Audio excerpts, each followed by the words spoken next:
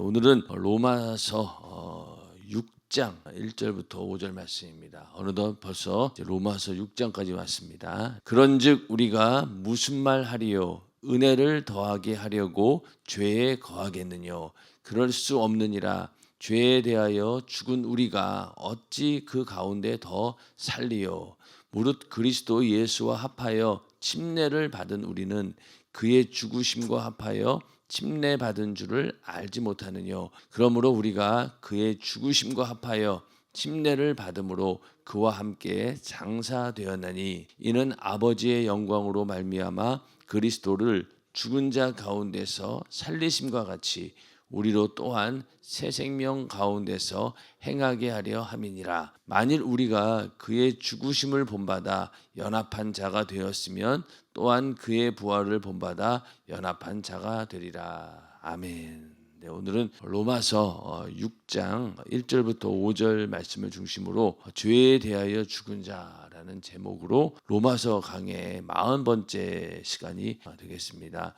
오늘 이 말씀, 그러니까 로마서 6장을 시작하게 된 이유가 1절에 보면은 은혜를 더하게 하려고 죄에 거하겠느냐 이런 이제 질문이 나오는데, 이 말씀은 5장에 나오는 말씀 중에서 죄가 더한 곳에 은혜가 더욱 넘쳤나니 이런 말씀이 있었거든요. 그러니까 사도 바울이 율법이 가입한 게 왜 그러냐, 바로 죄를 더 지적해 주기 때문에 죄가 많이 발견되면 될수록 은혜가 더욱 넘쳐나는 것 아니겠느냐, 이렇게 얘기한 거에 대해서 이런 반론을 제기할 수 있다는 거죠. 그러면은 죄를 많이 지으면 지을수록 우리가 더 은혜가 넘치는 것 아니겠느냐, 이러면서 거기에 대한 반론을 얘기를 하고 있는 겁니다. 그럴 수 없다는 거예요. 죄에 대해서 죽은 우리가 어찌 그 죄 가운데 더 살겠느냐, 이렇게 얘기를 하고 있습니다. 그러면서 이 6장에 가서는 우리가 은혜로 구원받은 성도가 과연 어떤 존재인가, 바로 예수와 연합한 존재이다 라면서 침례에 대한 이야기를 하게 됩니다. 그러니까 우리가 예수와 하나된 연합된 존재로서 어떻게 다시 그 죄의 세력 가운데 그 사망 권 아래로 다시 들어갈 수 있겠느냐라는 이야기를 6장에서 하고 있습니다. 자, 1절에 그런즉 우리가 무슨 말 하리요? 은혜를 더하게 하려고 죄에 거하겠느냐. 그러니까 죄가 더한 곳에 은혜가 넘쳤나니, 이 말씀 때문에 그러면 더 많이 죄를 지을수록 더 많은 은혜를 받는 것 아닌가. 그리고 또 은혜 받기 위해서는 그러면 죄 가운데 있어야 되는 건가? 이런 얘기를 하는 사람들에게 바울은 그럴 수 없다, 이렇게 단호하게 이야기하고 있습니다.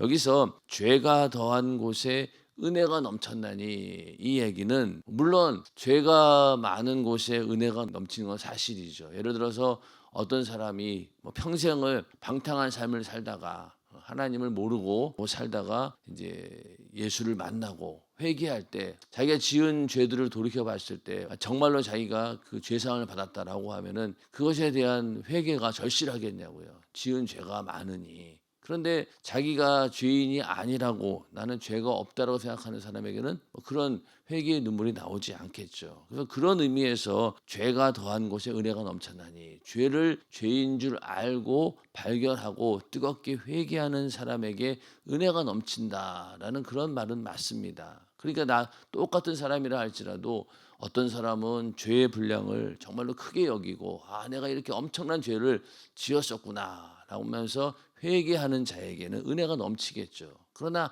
아무리 죄에 대해서 지적을 해줘도 그거를 내가 죄로 받아들이지 않고 회개하지 않는다면은 그런 사람에게는 은혜가 넘칠 수가 없다는 겁니다. 그래서 이 죄가 더한 곳에 은혜가 넘쳤나니라고 하는 말은 예수 안에서 이루어진 이 구원이 우리가 저지른 모든 죄를 다 뒤엎고 또 회복하고 만회할 만큼, 그만큼 하나님의 은혜가 크다는 얘기예요. 그러니까 우리 인간의 모든 죄를 전부 다 싹 다 해결해 주신 그 은혜, 죄 사함의 은혜가 크다. 그래서 죄가 더한 곳에 은혜가 넘쳤다, 이렇게 말씀하고 있고, 율법은 계속해서 우리의 죄를 다 들추어내지만은 들추어내면 낼수록 어떻습니까? 예수의 피는 더 강력하게 우리의 죄를 다 사해준다는 겁니다. 그렇기 때문에 죄가 더한 곳에 은혜가 넘쳤다라는 말이 성립이 되는 건데, 많은 사람들은 이것을 또 잘못 사용해서 은혜를 그냥 무한 리필의 의미,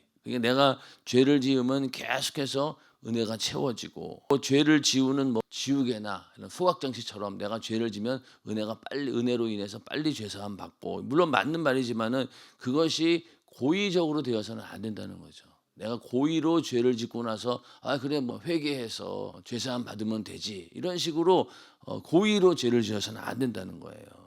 고의로 죄를 지어서는 안 된다. 그래서 히브리서 10장 26절에서 27절에 보면은 우리가 진리를 아는 지식을 받은 후 짐짓 죄를 범한즉 다시 속죄하는 제사가 없고, 여기서 짐짓 죄를 범한즉 이 말이 바로 뭐냐면은 일부러 죄를 지으면 그런 말입니다. 짐짓 죄를 범한즉 이런 죄는 다시 속죄하는 제사가 없고 오직 무서운 마음으로 심판을 기다리는 것과 대적하는 자를 소멸할 맹렬한 불만 있으리라. 그러니까 고의적으로 짓는 죄에 대해서는 하나님도 아신다는 거예요. 하나님도 아신다는 거예요. 그러니까 뭐 세상 사람들도 그렇게 얘기를 많이 합니다. 와, 예수 믿는 사람들 진짜 뻔뻔하다. 지가 죄 지어놓고 또 그걸 또 가서 회개한답시고 회개하면 금방 죄가 없어지나? 근데 그 사람들이 본 거는 이렇게 고의적으로 죄를 짓고 우리는 또 그냥 또 회개하고 이러는 줄 아는 거예요. 사실은 그렇지 않잖아요. 물론 그런 사람들이 있게 하지만은 우리가 회개할 때 우리의 심정이라고 하는 것은 하나님의 아들이 이 죄 때문에 대신 죽었는데 내가 또 이런 죄를 지었네 하면서 안타까운 마음과 통회하고 자복하는 마음으로, 간절한 마음으로 회개하는 것인데, 그거를 그냥 뭐 값싸게 우리가 구원받는 것으로 오해한다는 거예요.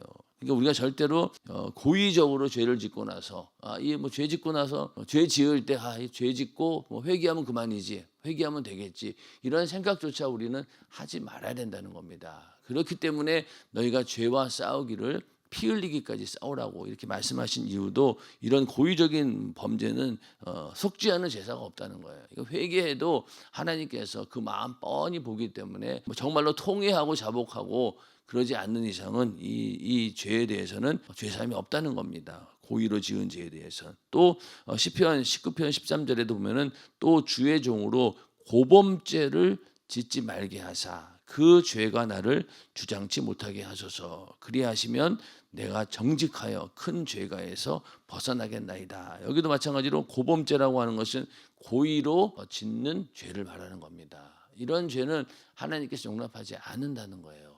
다윗이 그렇게 바세바의 아내를 범하게 되고 그렇게 또 그 죄를 감추기 위해서 그 남편을 죽이고 이런 걸 봤을 때 그 다윗의 속마음 속에는 이런 마음이 있었던 거예요. 그래, 내가 뭐 죄를 짓더라도 하나님께 제사 드려서 깨끗이 죄를 용서함 받으면 되지 않겠느냐, 이러한 마음이 깔려져 있었다는 겁니다. 그러니까 우리들도 은연중에 죄를 지으면서 그래 죄 짓고 나서 회개하면 되지, 뭐 이런 마음이 은연중에 있다는 거예요. 근데 이건 절대로 하나님께서 인정하지 않는 그런 죄악이다. 그래서 고의로 짓는 죄, 고범죄 이런 것들은 하나님께 용납하지 않는다는 거예요. 그렇기 때문에 은혜를 더하게 하려고 죄에 거하겠느냐?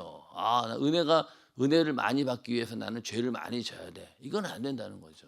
안 된다는 겁니다. 뭐 우리가 탕자의 삶을 보면서 탕자가 아버지께 돌아오면서 나중에 큰 그런 은혜를 받은 것처럼 그러면 우리도 탕자의 삶을 살아야 되지 않겠느냐, 이런 말인 거예요. 근데 그건 아니라는 겁니다. 우리는 어떻게든 죄와 싸워서 이겨야 되고 죄를 짓지 않는 것이 거룩함이죠. 그렇기 때문에 만약에 평생 동안 뭐 어렸을 때부터 정말로 뭐 죄악 가운데 거하지 않고 정말 뭐 교회에서 신앙생활 열심히 하고 거룩하게 산 사람에 대해서는요, 그건 엄청난 축복이죠. 일부러 방탕한 생활 해가지고 돌아와서 은혜 받는 그렇게 산 사람하고는 비교가 안 되는 거예요. 근데 여기서 은혜를 더하게 하려고 죄에 거하겠느냐 이렇게 물어보는 사람들이 있다는데, 바울은 그럴 수 없다라고 단호하게 얘기합니다. 그럴 수 없느니라.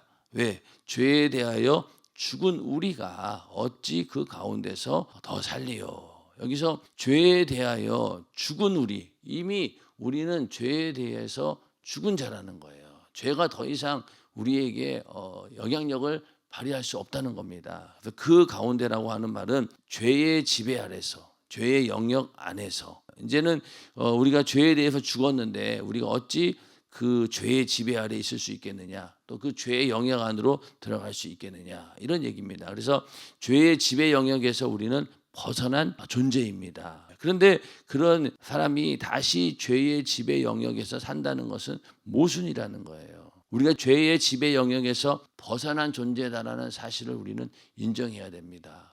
이게 일단은 위치 이동이 있어야 되는 거예요. 지금까지는 사망의 권세, 죄의 지배 영역 안에 있었어요. 근데 예수를 믿은 다음부터는 우리는 거기에서 벗어나서 옮겨진 거예요. 옮겨진 겁니다. 자, 옮겨졌으면은 여러분들도 장소가 옮겨졌으면은요 완전히 환경이 다른 거예요. 예전에는 죄 가운데 있었고 그 죄의 환경 가운데 있었는데 이제 우리는 벗어난 게 된 겁니다. 자, 그러면은 우리가 죄에 대해 죽었다는 말이 예수 믿으면은 이제는 더 이상 죄를 지으려는 마음을 품지 않는다. 이런 얘기는 또 아니잖아요. 우리가 예수 믿고 나서도 지금 이 시간에 성전에 우리가 앉아 있다 할지라도 우리는 또 마음속으로 죄를 지을 때가 있고 생각으로 또 죄를 지을 때가 있지 않습니까? 그런 걸 봤을 때 나는 분명히 죄에서 벗어났는데 왜 또 나에게 이런 죄가 들어올까? 그렇지만은 예전하고는 상황이 다른 거예요. 예전에는 죄의 지배 아래 있었기 때문에 이게 죄인 줄도 몰랐고 또 죄를 지어도 그냥 뭐 괜찮겠지 이랬지만은 이제 소속이 옮겨진 다음은 어떻습니까? 이게 죄인 줄 알게 되고 이런 죄와 싸우려고 하는 그런 마음 제사가 있다는 거예요. 그런데 그렇지만은 우리 인간은 육신을 입고 있는 동안 어떠한 환경 가운데 있다 할지라도 이 죄를 완전히 벗어날 길은 없다는 겁니다. 그러나 더 이상 이제는 죄가 우리를 지배하지 못한다는 거예요. 왜? 예수께서 내 안에서 왕노릇하기 때문에 이제는 죄가 왕노릇하지 않는다는 겁니다. 더 이상 우리를 지배하지 못하고 그 전까지는 죄에 대해서 무감각했지만은 이제는 죄를 인식하고 저항하고 싸워서 이겨낼 그런 힘을 얻었다는 거예요. 그러니까 완전히 이제 상황이 달라진 거죠. 예전하고는. 그래서 이제는 죄를 인식하고 이제 싸울 힘이 생긴 것이고, 그러나 여전히 이 사단 마귀 귀신이 역사합니다. 그러나 우리에게는 뭐가 있어요? 이길 권세가 있다는 거예요. 이길 권세가 있다. 예수의 이름으로 물리치고 명령하는 것도 그런 권세를 받았기 때문에 가능한 일입니다. 그래서 여전히 사단 마귀 귀신은 역사하지만은 이길 권세를 얻은 거예요. 에버랜드에 가면은 거기 보면은 뭐 사파리잖아요. 사파리 가면은 맹수들이 막 있어요. 근데 그 인간들은 거기에 뭐 타고 들어갑니까? 차를 타고 들어가잖아요. 그 차도 보면은 창문이 넓은 차를 타고 들어갑니다. 그러면 막 그 사자 호랑이들이 차 앞에 와가지고 어떨 때는 창문 앞에서 막 이렇게 서가지고 막 으르렁거리기도 하잖아요. 차 안에 있는 사람들은 어때요? 무서워합니까? 아니죠. 오히려 와 호랑이 이빨 봐라, 뭐 사자 발톱 봐라 이러면서 굉장히 그 상황을 즐깁니다. 무서워하진 않아요. 왜 그럴까요? 그 차가 안전하게 보호하고 있다라고 믿고 있기 때문에, 그리고 충분히 맹수들의 공격을 방어할 수 있다고 생각했기 때문에 그 안에 들어가서도 안전하게 막 웃으면서 이렇게 볼 수 있다는 거예요. 이 약한 사단 마귀 귀신의 역사도 그런 것처럼 계속 우리에게 두려움을 심어줍니다. 내가 예수 안에 있음에도 불구하고 계속 두려움을 주고 또 믿지 못하도록 미혹하는 거죠. 우리는 이미 사단 마귀 귀신의 권세에서 벗어났음에도 불구하고 여전히 우리를 계속 공격하는 거예요. 야, 네가 지금 예수 믿는다라고 그러고 있지만은 너 이렇게 또 죄 짓지 않냐. 그리고 또 계속 또 미혹을 하고 또 두려움을 줘요. 그러나 이미 우리는 이 사단 마귀 귀신의 권세를 이긴 자들입니다. 인정하시면 아멘 하시기 바랍니다. 그러니까 이긴 자예요. 이긴 자니까 더 이상은 우리가 두려워할 이유가 없고 미혹을 해도 미혹을 이길 수 있는 힘이 우리에게 있다는 거예요. 그런데 이 마귀 역사는 우리 안에 그런 능력이 없다라고 자꾸만 이렇게 인정하도록 만든다는 거예요. 무력하게 만든다는 거예요. 그게 우리에게 강력한 무기가 있음에도 불구하고 네가 쥐고 있는 그 무기는 아무 쓸모없어. 너 또 죄짓잖아. 스스로 자꾸만 자기 자신을 비하시키고 좌절시키고 그렇게 해서 다시 이 죄의 지배 아래로 끌고 가려고 하는 놈이 바로 이 마귀 역사입니다. 거기에서 우리가 이기는 방법은 절대로 우리의 그 소속감의 이 흔들리면 안 되는 거예요. 우리 믿는 자의 능력을 계속해서 무력화시키는 게 이 마귀 역사가 하는 일입니다. 그러니까 예수 믿지 않는 자들은 미혹해가지고 예수 믿지 못하게 만들고 또 예수 믿는 사람들에게는 그들이 가지고 있는 능력을 무력화시키는 거예요. 그러니까 우리가 환경 가운데서 예수 믿고 나서도 별의별 문제들이 다 생기잖아요. 그러면 제일 먼저 찾아오는 게 뭐예요? 두려움이에요. 두려움이에요. 이게 또 이 악한 마귀 역사가 공격한다라는 것까지도 알면서도 괜히 무서운 거죠. 그러나 우리는 거기에서 두려움을 이겨내고 이미 우리에게 이것을 이겨낼 수 있는 권세를 우리가 받았다. 나는 이 하나님이 주신 권세를 가지고 끝까지 내가 싸워서 이기리라. 이런 믿음을 가지고 나아갈 때 이 악한 마귀 역사도 떠나가는 겁니다. 왜? 속이고 미혹했는데 안 넘어가니까. 그렇기 때문에 우리가 이 맹수들의 그 사파리 안으로 들어가는 그런 자동차 안에 있는 것처럼 우리는 예수 안에 하나님께서 주신 능력으로 이미 이 악한 영들을 이길 수 있는 권세를 다 주셨다는 거예요. 그런 사람이 바로 이 죄에 대해서 죽은 자라는 거예요. 죄에 대해서 죽은 자. 죄가 더 이상 우리에게 영향력을 발휘하지 못하는 그런 상태. 그게 바로 이 죄에 대해서 죽은 우리라는 거예요. 그런 사람이 어떻게 다시 그 죄 가운데 들어갈 수 있겠느냐. 그 죄의 지배 아래 다시 들어갈 수 있겠느냐. 이런 얘기입니다. 그러면서 이제 침례에 관한 얘기를 하죠. 그래서 무릇 그리스도 예수와 합하여 침례를 받은 우리는 그의 죽으심과 합하여 침례 받은 줄을 알지 못하느냐. 그러니까 침례를 받았다라고 하는 것은 어떤 의미입니까? 과거에 나는 죽었습니다 하고 물에 들어가죠.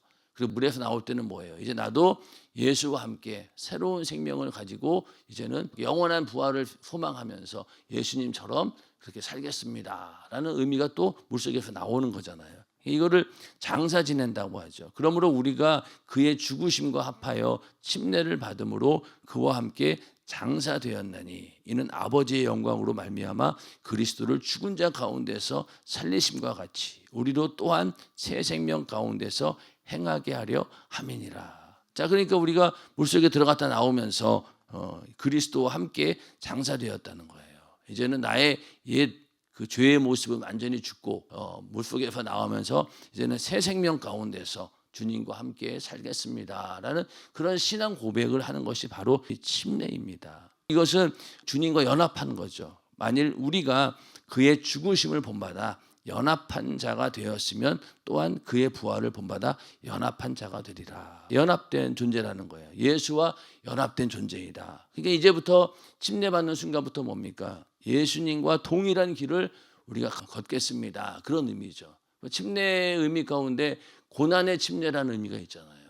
고난의 침례, 예수님께서 그 고난의 길을 걸어가셨던 것처럼 나도 이제 예수와 함께 그 고난이 온다 할지라도 그 길을 나도 걷겠습니다라는 그런 고백이 들어있는 것이고, 이제 예수와 동일한 능력을 가지고 또 동일한 권세를 가지고 살 수 있다라고 하는 그런 믿음의 고백이 바로 이 침례 안에 다 들어가 있는 것이죠. 그러니까 예수와 연합되었다는 거예요. 연합되었다는 거. 그래서 이제 그러한 고백을 하는 것이 침례고, 예수의 삶과 죽음과 부활을 함께 한다는 거죠. 여기서 중요한 거는 삶과 죽음도 있지만 부활까지도 같이 가는 거예요. 여기 보면은 또한 그의 부활을 본받아 연합한 자가 되리라. 그러니까 우리가 침례를 받는 순간 예수님과 동일한 생애를 살게 되는 겁니다. 언제까지? 부활할 때까지. 그래서 우리가 왜 침례 받고 또 성령으로 또 침례를 받잖아요. 그러면서 예수님도 공생애를 시작하자마자 침례 받으시고 성령 받으셨잖아요. 그런 것처럼 우리도 침례 받고 성령 받고 그렇게 해서 주님과 함께 살다가 목숨이 다하는 순간에 부활하는 그런 소망이 있고, 또 예수님께서 우리가 살아있을 때 오시면은 그냥 죽지 않고 우리는 공중으로 끌려 올라가는 첫째 부활에 참여할 수 있는 그런 하나님의 복을 받은 자들이지 않습니까? 그러니까 우리가 연합한 자가 되었다는 거예요.